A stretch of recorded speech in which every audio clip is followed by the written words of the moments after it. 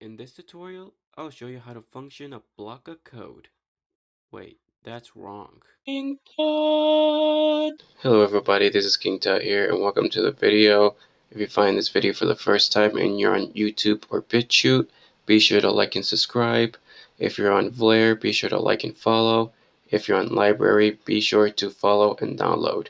Thank you. A block of code is two or more lines of code. And an example of a block of code is, let's just write it for you.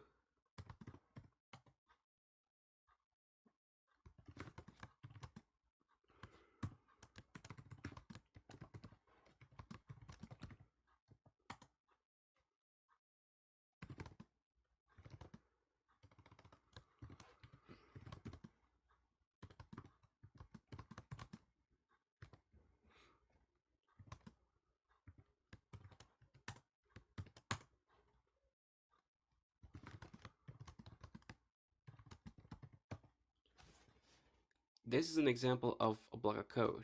There are two or more lines of code, which is 1, 2, 3, 4, 5, 6, which is 6 lines of code.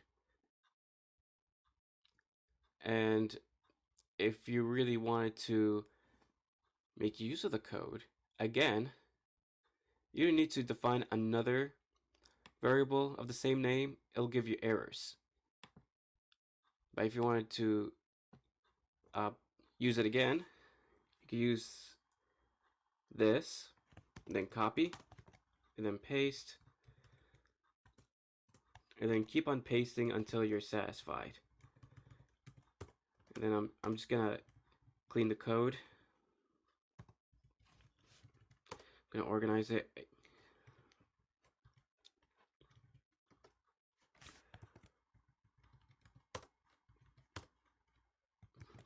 What is it doing?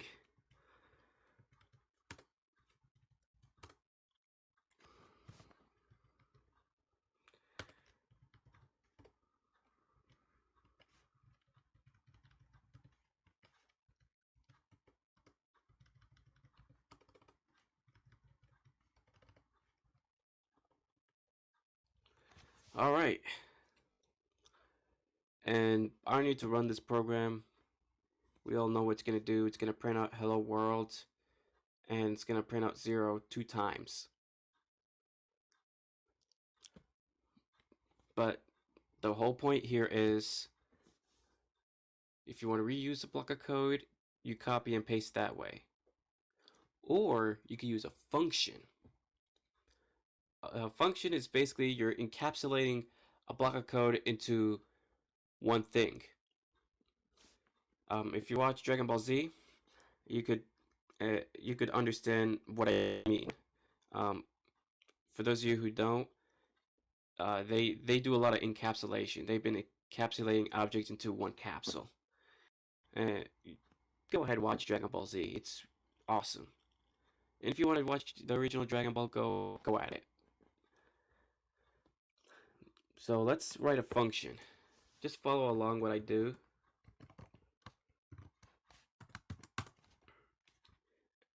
So let's just copy, actually cut, Control X, then Control V for paste.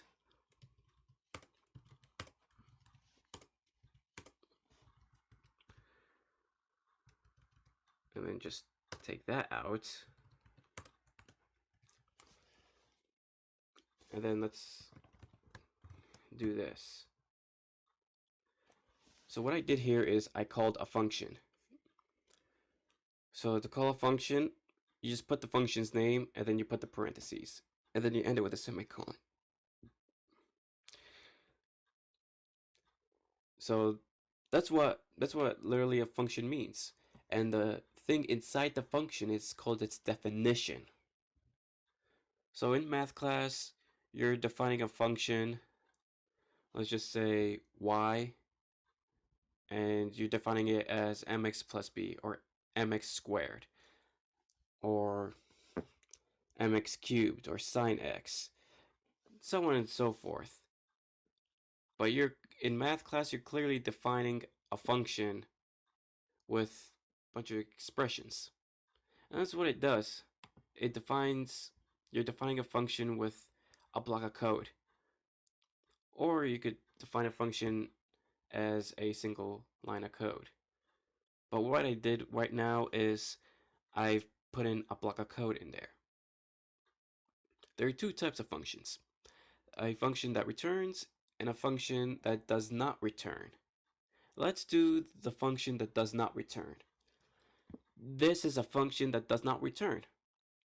And to write a function that does not return, you put void and then the name of the function.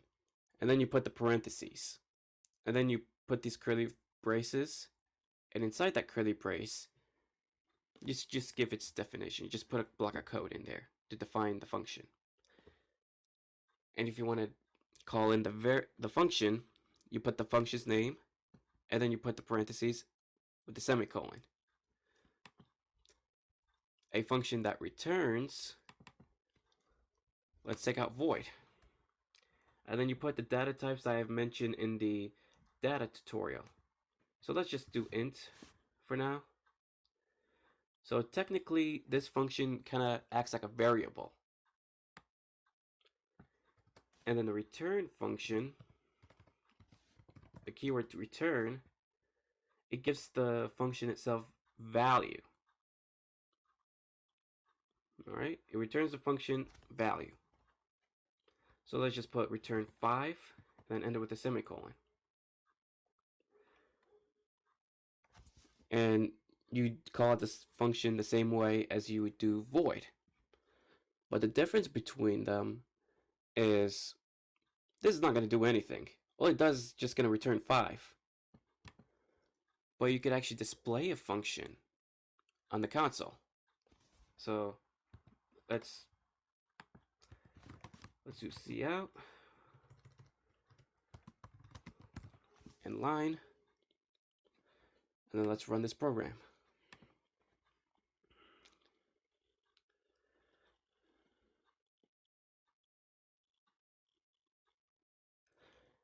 And we got 5, as we expected, because the function returned 5.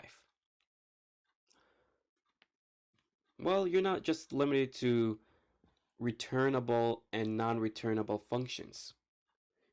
You could use and abuse what's inside the parentheses. You could declare what is called a parameter. A parameter is basically variables or values inside that parentheses. I want to call it a dummy variable inside that parentheses because you're inputting your values based off of the data types in the parentheses. I'll show you an example. So let's just int a, int b, and then let's just put return a plus b. All right. So this is going to give us an error because we haven't put any values inside that parentheses. We haven't put values as parameters. We didn't pass the value into parameters. All right. So let's just put in 3 and let's put in 2. And let's run this program. It should get us 5 because it's returning the sum of a and b, which it did. Okay. Let's just do a string. Let's just take out all the parameters and do a string. And have it return word. This is going to give us an error again because we put in int values and not a string value. And we put 2 values in the parameter. And it requires only 1 value, which is a string value. So let's just put hello tut followed by 2 exclamation points. And let's run this program. Wait, that's weird.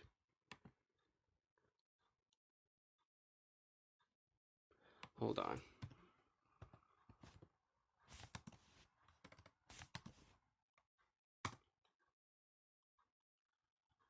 Should...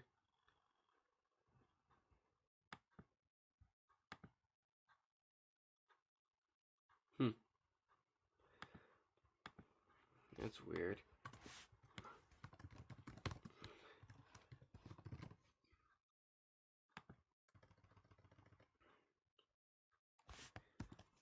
Should give me a...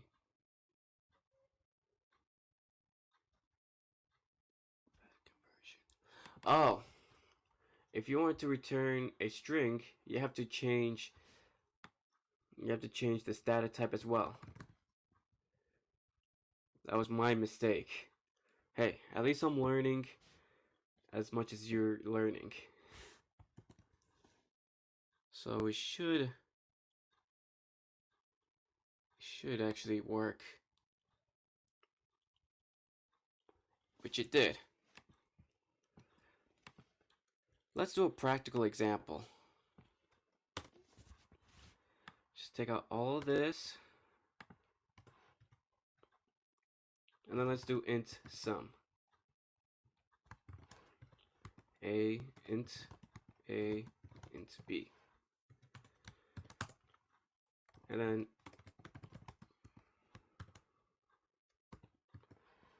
let's do that. And let's just put int x, int y.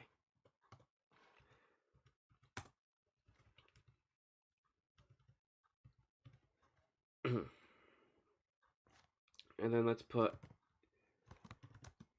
let's use x and y as an input.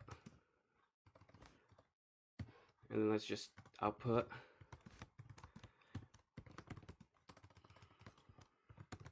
first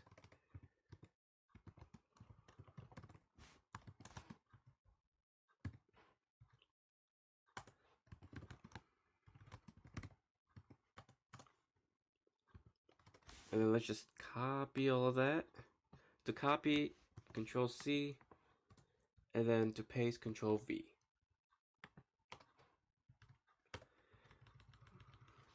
Let's put Y, X, enter second number. Alright. And then let's output the sum of two numbers, or is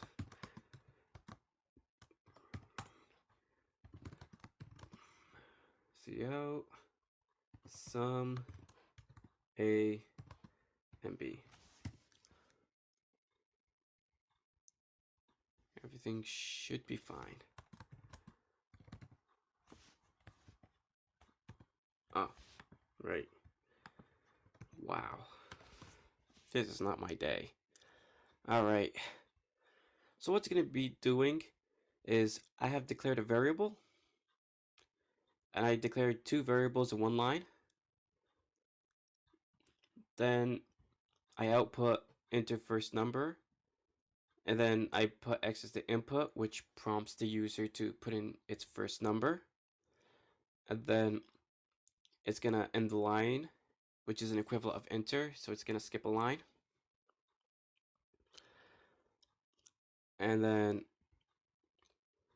it's going to do the same thing, but for second number. And then it's going to output the sum of two numbers.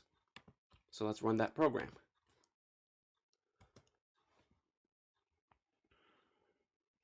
It's going to prompt me to enter first number. So let's just put 6. Second number, I'm going to put 5. And the output should be 11. Which it is. Hope this is helpful. Thank you so much for watching. And I'll see you in the next one. Bye.